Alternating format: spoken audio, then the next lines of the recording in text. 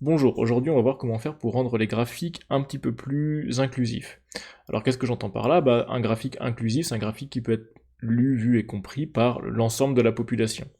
Et ça, c'est un problème auquel j'étais pas très sensible, et auquel j'étais rendu sensible par un post que j'ai fait sur Twitter. En fait, donc là on est le 17 novembre, et pendant le Covid, j'ai créé un petit bot Twitter qui poste des graphes du Covid tous les jours automatiquement sur Twitter. Et j'ai reçu, donc voilà le graphe que je poste, et voilà le commentaire que j'ai reçu, enfin non, ici, je vais le mettre, et effectivement, je m'étais jamais posé la question. Et si on s'interroge à la façon dont cette personne perçoit le graphe, voici comment elle perçoit le graphe, effectivement, c'est pas très compréhensible.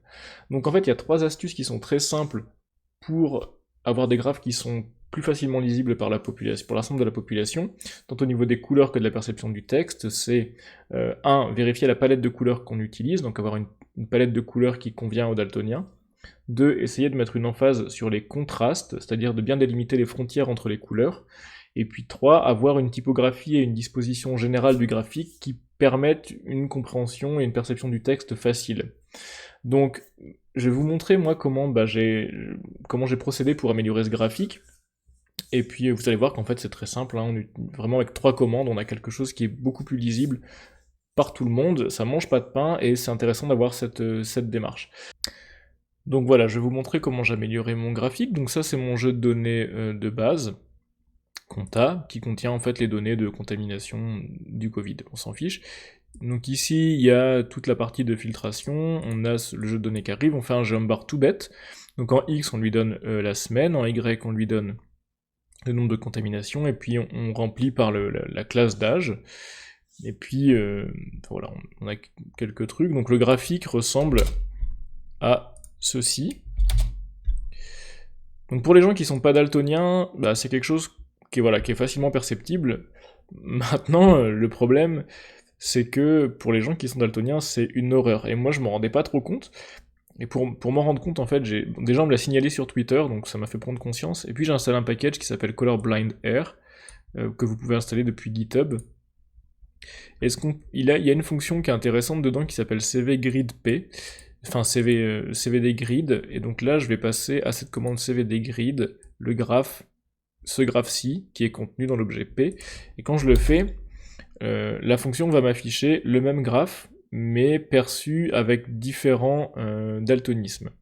Et en fait, ce qu'on voit très concrètement, c'est que pour les personnes qui sont effectivement daltoniennes, elles voient... par exemple, ici, il n'y a pas de différence entre le 19 et le 29, et entre le 79 et le 89, il n'y a pas de différence. Donc c'est très compliqué, et on voit bien que le jeu de couleurs employé, il n'est pas du tout adapté. En bas, on voit ce que le graphique donnerait imprimé en noir et blanc, donc on voit que c'est pas non plus du tout adapté au noir et blanc. Donc la première chose qu'on peut voir par rapport au graphique original qui est ici, c'est que déjà il y a trop de couleurs, il y a trop de catégories. Hein, il y a 1, 2, 3, il y a 10 catégories en tout. C'est beaucoup trop. Quand on peut, le mieux c'est de s'arranger pour avoir moins de catégories. Bon, ici c'est pas possible, je peux pas tellement de retirer de catégories. Enfin, je pourrais, mais ça va pas pour ce dont j'ai besoin dans le graphique. Donc je vais garder ces catégories, mais ce que je vais faire, c'est que je vais changer la palette de couleurs. Donc je vais juste copier ceci, le coller ici, et puis là je vais rajouter une échelle, enfin une palette de couleurs qui est virilisD, voilà, je vais l'appeler PO, hop, et maintenant si on regarde ce que vaut PO, c'est ça. Alors les couleurs ont changé, et c'est déjà beaucoup plus lisible par les personnes daltoniennes, et on peut vérifier avec CVD que voilà, la perception est beaucoup plus simple. Après, le petit problème qu'on a, alors les couleurs sont mieux distinguées, le petit problème qu'on a ici aussi, c'est que on voit pas bien les limites entre les cases. Et donc ça, on peut, enfin entre les barres, là, on voit pas bien les limites, et ça, on peut le rajouter. Qu'en fait, quand vous faites un geobar, le paramètre fill, il vous permet de définir la couleur de remplissage, mais vous pouvez aussi définir la couleur de contour avec col. Et si je mets col égale black, ici, on va avoir quelque chose de beaucoup plus propre.